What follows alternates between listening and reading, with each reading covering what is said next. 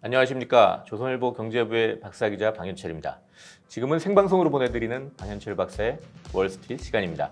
매일 아침 8시 글로벌 경제의 신호등이자 알람시기인 월스트리트의 주요 이슈를 3가지 포인트로 정리합니다.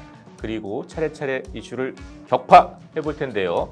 그럼 6월 21일 월요일 생방송 방현철 박사의 월스트리트를 함께할 분을 소개해 드리겠습니다. 텍톤 투자자문의 주식운용본부장을 맡고 계신 신종민 상무님 나오셨습니다. 네, 안녕하세요. 예.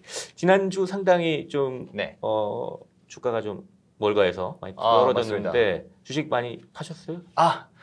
그건 아니고요. 예. 저희는 조금 더 주식을 좀 비중을 더 늘렸습니다. 네. 오히려 사셨어요? 네네, 맞습니다. 소위 바이더딥, 저가매수 뭐 이런 건가요?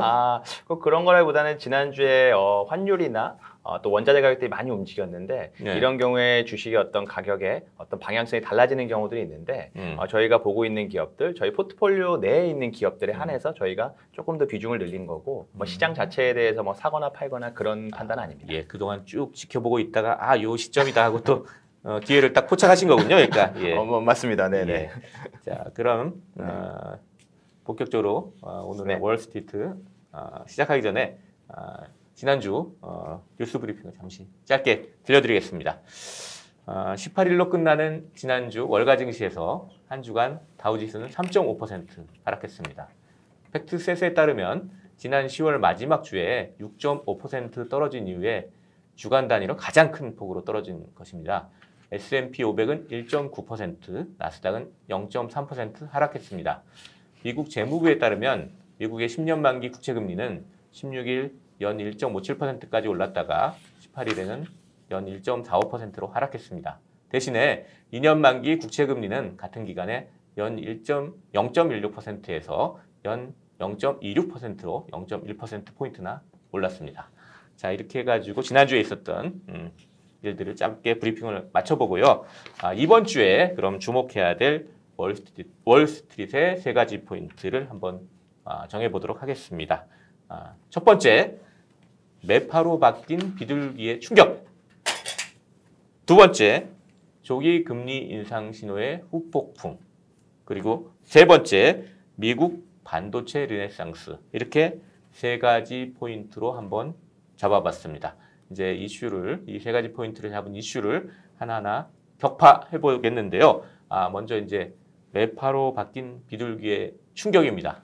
이게 무슨 얘기냐 하면 일단 지난 한 주간도 많이 떨어졌지만 18일 날 금요일 날도 좀 3대 지수가 많이 떨어졌어요. 맞습니다. 미국 월가에서. 네. 근데 그때 가장 큰 충격을 준 사건이 뭐냐면 이 제임스 블러드라는 세인트루이스 연방준비은행 총재가 한 말이었습니다. 이 사람이 이제 CNBC에 나와서 한 말이 우리가 인플레이션 압력을 제한하기 위해선 좀 더 매파적으로 기우는 것은 자연스러운 것. 그러면서 2022년 말에 첫 금리 인상이 있을 것이다. 뭐 이렇게 얘기했어요. 그러니까 고전에 16일 날 그 FOMC에서 나온 거는 2023년에 2번의 금리 인상이 있을 거다. 뭐 이런 얘기들이 나온 거잖아요. 네. 근데 그거보다 더 빠르게 금리 인상이 있을 거다. 2022년 말에 그래서 이렇게 충격을 줬는데 이게 사실 좀 의미를 좀 해석을 해봐야 됩니다. 단순히 이렇게 어떤 지역 연방은행 총재가 한마디 한 것 때문에 좀 시장에 충격을 받은 것도 있지만 그것보다 더 큰 뒤에 배경이 있어서 좀 그걸 오늘 얘기를 해보려고 합니다. 네, 알겠습니다. 왜냐하면 그날 이제 똑같이 지역 연방은행 총재 또 한 분이 또 얘기를 했어요. 닐 카시카리라는 분인데 이분은 이제 미니애폴리스 연방준비은행 총재인데 이분은 뭐라고 그랬냐면 적어도 2023년 말까지는 현재 제로금리 수준을 유지해야 된다.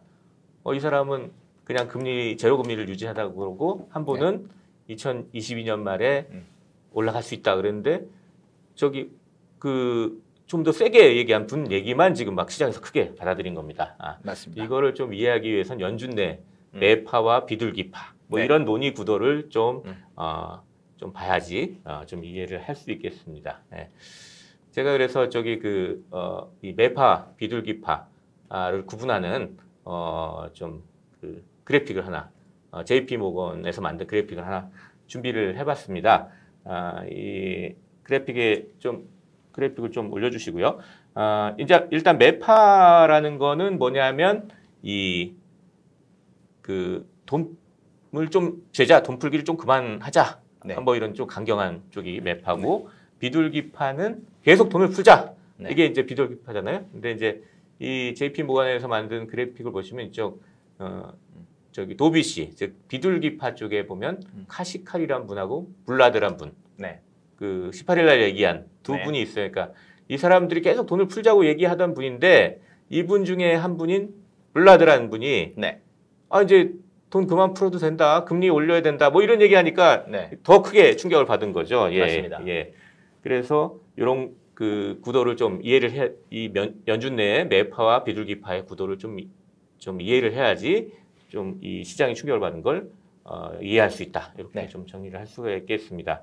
시장 연준 내에서는 어떻게 좀 논의가 되고 있는지 좀 약간 좀 설명을 좀 해주시죠, 상무님이. 예. 네, 알겠습니다. 예. 일단은 그 FOMC라는 어떤 그런 구조를 좀 이해를 하셔야 되는데요. 네. FOMC, 그러니까 연방공개시장위원회라는 것은 연준 이사들하고 지역 연방준비은행 총재들이 참석을 하게 됩니다. 네. 그래서 연준 이사들은 제롬 파월을 포함해서 지금 6명이 활동을 하고 있고 미국의 지역 연방준비은행 총재들은 12명이 활동을 해서 이분들이 FOMC라는 걸 모여서 토의를 하게 됩니다. 네. 근데 원래 네. 그 연방준비 제도 이사들은 원래 정원은 7명인데 한 명이 비어가지고 지금 6명인 거죠. 맞습니다. 예. 맞습니다. 예. 그래서 연방준비제도 그 이사들은 이제 대통령이 이제 임명을 해서 상원에서 인준을 하게 되고요. 네. 지역은행 같은 경우에 100% 민간 출자로 이루어져 있기 때문에 네. 어떻게 보면 개별로 다 활동을 하게 되는데 네. 사실상 표결 같은 경우에는 연준 이사 6명과 지역 연방은행 총재 5명이 참석을 해서 하게 됩니다.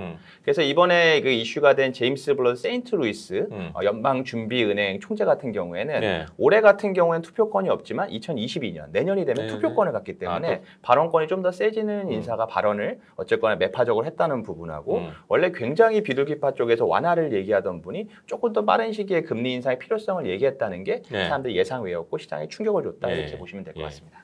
파월은 어디쯤 있는 거예요? 저 매파랑 비둘기파 이렇게 어떻게 보면 아까 보신 표현이 거의 중간 정도에서 약간의 비둘기 거고. 느낌을 사실 지금 주고 있는 상태입니다. 그리고 강경파라고 할 수 있는 매파는 그 주로 이제 테이퍼링 논의 빨리 하자고 하는 사람들 맞습니다. 기존에 했던 분들 있잖아요. 그러니까 유명한 뭐 로버트 카플란, 댈러스 연방준비은행 총재, 패트릭 하커, 필라델피아 연방준비 이름도 어려운데요. 이런 분들이 계속해서 좀 강경한 얘기를 하고 계십니다. 여기에 이제 블러드까지 합세를 해가지고 점점 더 이제 뭔가 돈줄을 죄자는 세력들이 이제 연준 내에서 점점 세지고 있어요. 맞습니다. 근데 어떻게 보면 우리가 파월 의장이 다 결정할 수 있는 거 아니냐 이렇게도 생각할 수 있는 거 아니에요?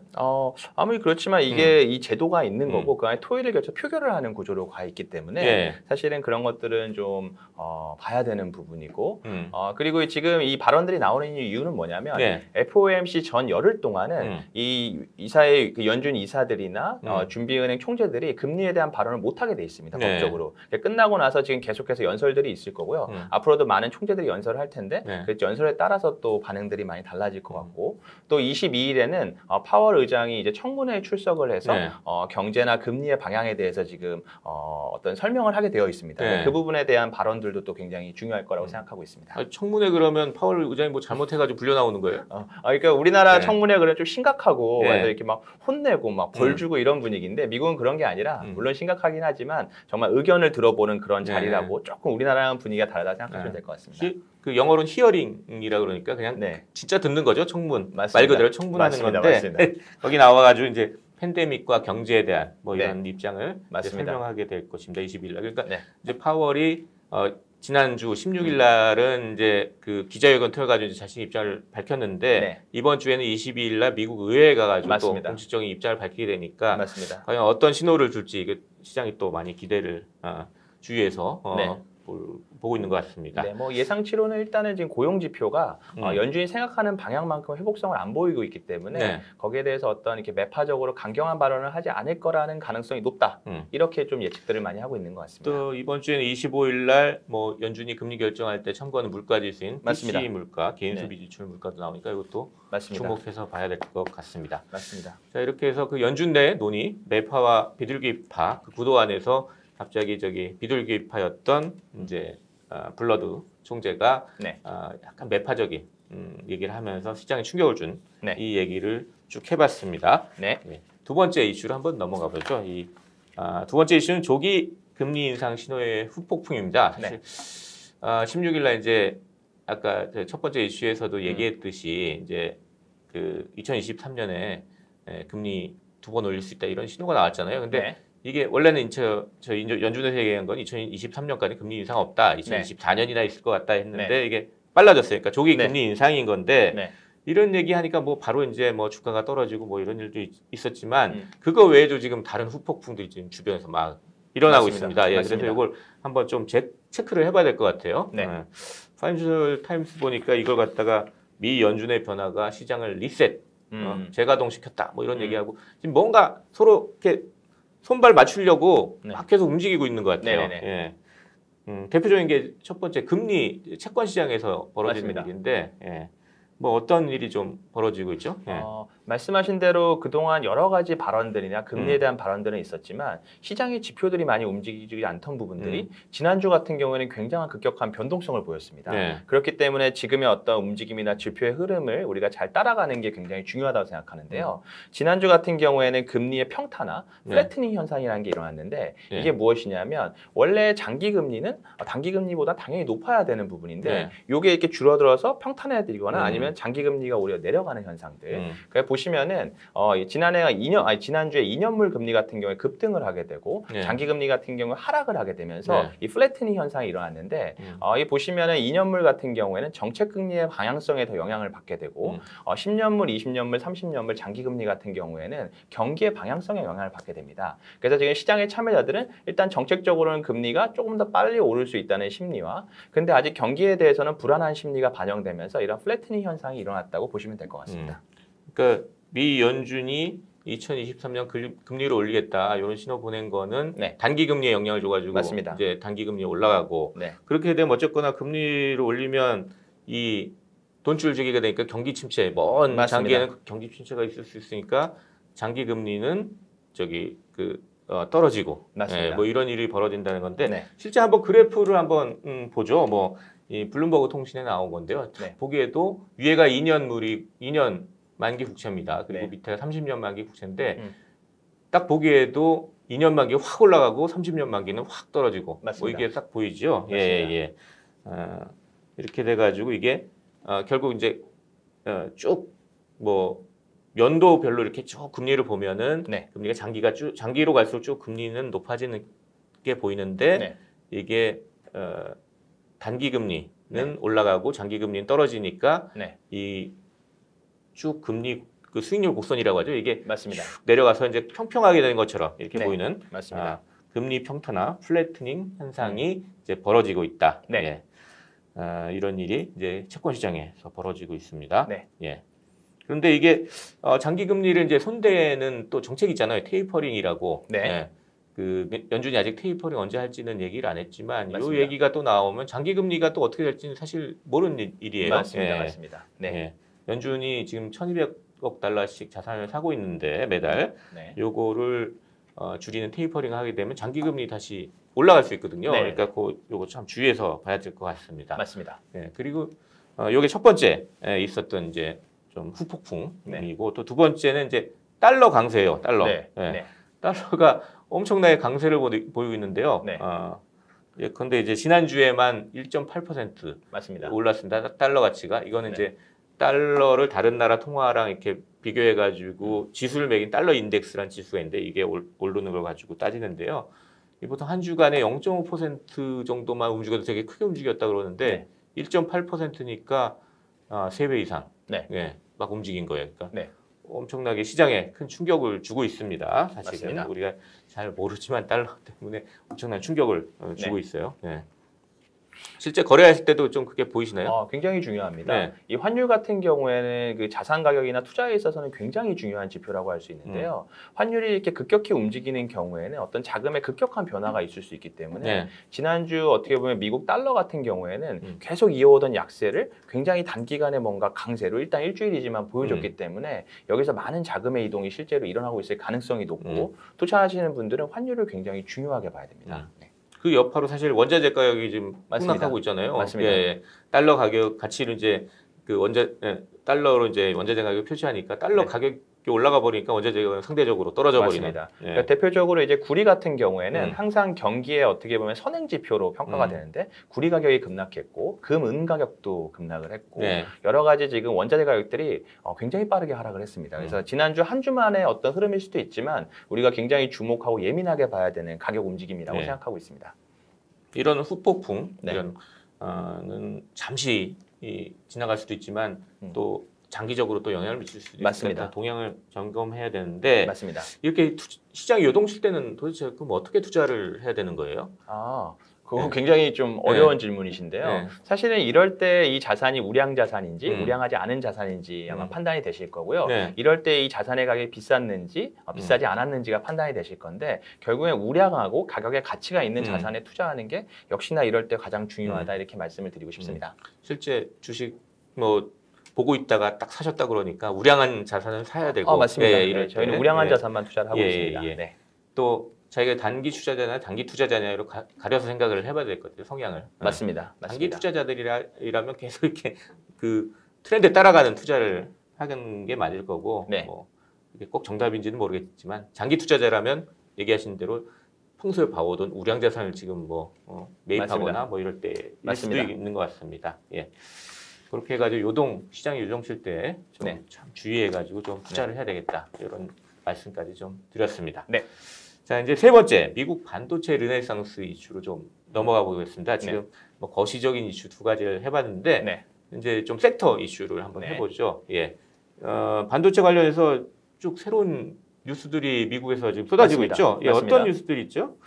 일단은 그 미국 한번 이렇게 그 제가 준비하신 슬라이드를 한번 띄워 올려주시면은 바이든 정부가 이제 출범하고 나서 지난 100일 동안에 4가지 sek터에 대해서 전체 산업을 리뷰를 했습니다. 밸류체인을. 그래서 그게 첫 번째가 반도체, 전기차, 일단 제약, 희귀 금속들에 대한 리뷰를 했는데 그러고 나서 어떻게 보면 방향성을 반도체에 대한 부분으로 잡고 있습니다. 그러니까 최근에 보시면은 빅텍 기업이라고 하는 큰 플랫폼 기업에 대해서는 계속해서 규제의 움직임을 보이고 그렇죠. 반대로 반도체에 대해서는 적극 지원을 하고 있습니다. 예를 들어 반도체 생산 지원금으로 일단 540억 달러, 우리나라 돈으로 60조 원에 달하는 돈을 일단 책정을 했고요.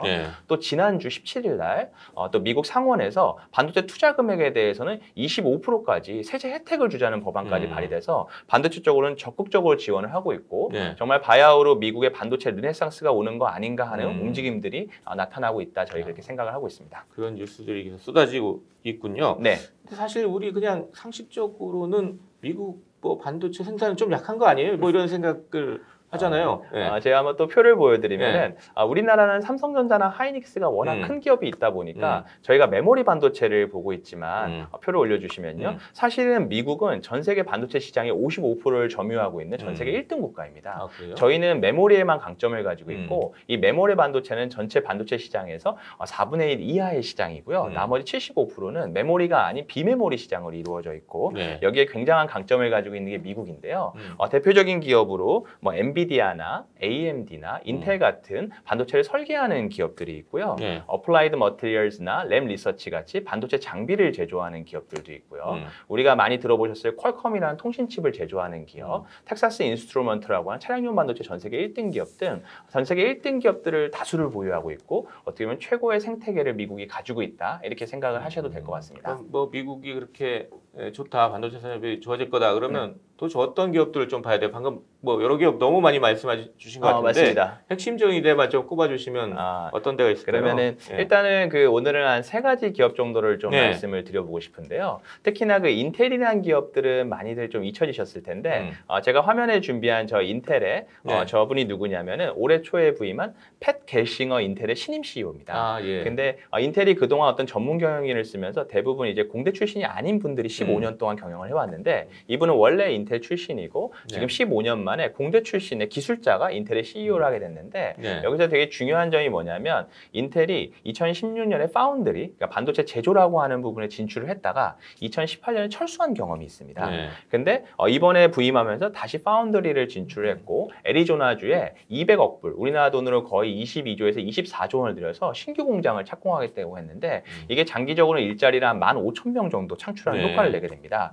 그렇게 해서 지금 저 엔비디아, AMD라고 하는 기업들은 우리가 많이 아시는 그 CPU나 그래픽 카드를 만드는 기업이고 인텔은 CPU, 그래픽 카드도 만들지만 이제 파운드리가 되면서 과거에 어떤 반도체 제조를 삼성전자나 대만의 TSMC 같은 데 의존하던 부분이 미국이 자국으로 가져오겠다는 아주 강한 의도를 보이고 있고 거기에 대해서 적극적으로 지원을 지금 하고 있는 상황입니다. 일단 세 개를 꼽으셨네요. 인텔하고 엔비디아, AMD 뭐 이렇게 꼽으셨는데 그러면 이제 말씀하신 것대로 이제 미국에서 점점 반도체 생산도 늘어나고 그쪽으로 다 가져간다 그러면 우리나라 삼성전자 또 파운드리 또 말씀하셨는데 파운드리 1인 대만의 TSMC 이런 데는 좀 충격을 받는 거 아니에요?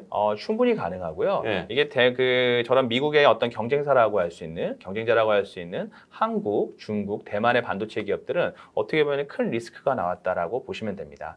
우리 과거에 그 기억해 보시면 오바마 정부 때 오바마 정부가 2008년 금융위기 이후에 출범을 했는데 그때 오바마 정부는 셰일가스라는 걸 통해서 셰일 혁명을 일으켜서 원가를 절감해서 많은 제조업들을 미국으로 불러일으키는 리쇼어링이라는 것들을 썼었습니다. 그 실제로 그때 어떤 그런 셰일가스로 인해서 화학기업들의 경쟁력 차이가 나면서 사실은 미국 화학기업들이 굉장히 부각이 됐었고요. 지금 바이든 같은 경우에는 반도체를 통해서 경기를 부양하고 고용을 창출하고 또 어떻게 보면 한국과 중국을 견제하겠다는 의도가 굉장히 강한 지금 정책들이 나오고 있기 때문에 미국의 반도체 기업들이 사실 글로벌 경쟁사들한테는 굉장한 어떻게 보면 위험 요인이 될 거다 저희 그렇게 생각을 하고 있습니다. 아니 그러면 삼성전자나 TSMC 이미 저희 미국에 지금 공장 짓고 있다는 소식을 듣고 있고 삼성전자도 오스틴에 공장 있잖아요. 맞습니다. 그러면 그렇게 공장 세우고 그러면 같이 뭐 좀 그거 묻어갈 수 있는 거 아닌가요? 맞습니다. 충분히 이제 어떻게 보면 그 흐름에 발맞춰 가고는 있지만 어쨌거나 자국 기업들 위주로 이제 생태계를 만들어가겠다는 의지가 강하기 때문에 여러 가지 면에서 또 어떻게 보면 앞으로 뭐 발표하는 어떤 그 보조금이나 지원금이나 세제에 대해서 우리가 잘 지켜봐야 될 거라 생각하고 있습니다. 그렇게 해서 미국 반도체 르네상스 바이든 행정부가 반도체 산업 부양책을 내고 있고 또 의회도 세제 혜택을 주겠다. 맞습니다. 이런 동시에 이제 경쟁력이 센 이미 세계적인 경쟁력을 갖춘 미국 반도체 기업들에 좀 주목을 해야 되겠다. 맞습니다. 그래서 뭐 세 가지 기업 세 곳을 한번 주목할 필요가 있다. 이렇게 정리를 하면 되겠습니다. 네, 맞습니다. 자, 이렇게 해서 미국 반도체 르네상스 이슈까지 한번 짚어봤고요.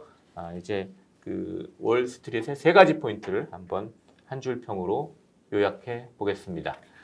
첫 번째, 돈 풀기를 중시하던 제임스 블러드 세인트루이스 연방은행 총재가 입장을 바꿔서요. 조기 금리 인상을 전망하면서 연준 내 돈줄 재기 세력이 늘어난다는 신호가 강해지고 있습니다. 제롬 파월 미 연준 의장이 중심을 잡고 시장에 헷갈리지 않는 신호를 주기를 기대합니다. 두 번째, 미국의 조기 금리 인상 전망이 시장에 후폭풍을 일으키고 있습니다. 단기와 장기 금리의 차이가 줄어들고 달러는 강세를 이어가고 있습니다. 이런 추세가 계속될지 아니면 다시 방향을 바꿀지 다양한 얘기들이 나오고 있습니다. 당분간 시장 요동이 불가피합니다. 주의하시기 바랍니다. 세 번째, 미국 정부와 의회가 자국 반도체 산업 육성에 적극적으로 나서고 있습니다. 미국에서 반도체 산업 르네상스가 올지 주목됩니다. 우리나라의 반도체 기업들이 이런 추세에서 불이익을 받지 않고 동반 혜택을 누릴 수 있기를 기대합니다.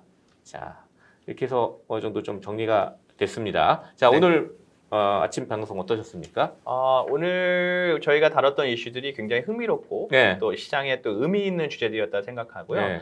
저도 준비하면서 또 많은 공부가 됐고 앞으로도 여기 시청하시는 분들한테 도움이 될 수 있는 아이디어를 드릴 수 있도록 잘 준비하도록 하겠습니다. 감사합니다. 네, 6월 21일 월요일 생방송 방현철 박사의 월스트리트 벌써 라이브를 마칠 시간이 됐습니다. 함께해 주신 여러분께 감사드립니다. 도움이 되셨다면 채널 구독 버튼 꼭 눌러주시기 바랍니다. 바랍니다. 저는 내일도 아침 8시 월스트리트를 3가지 포인트로 진단하고 이슈를 격파하는 강현철 박사의 월스트리트로 돌아오겠습니다.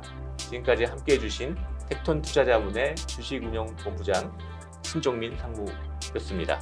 감사합니다. 네, 감사합니다.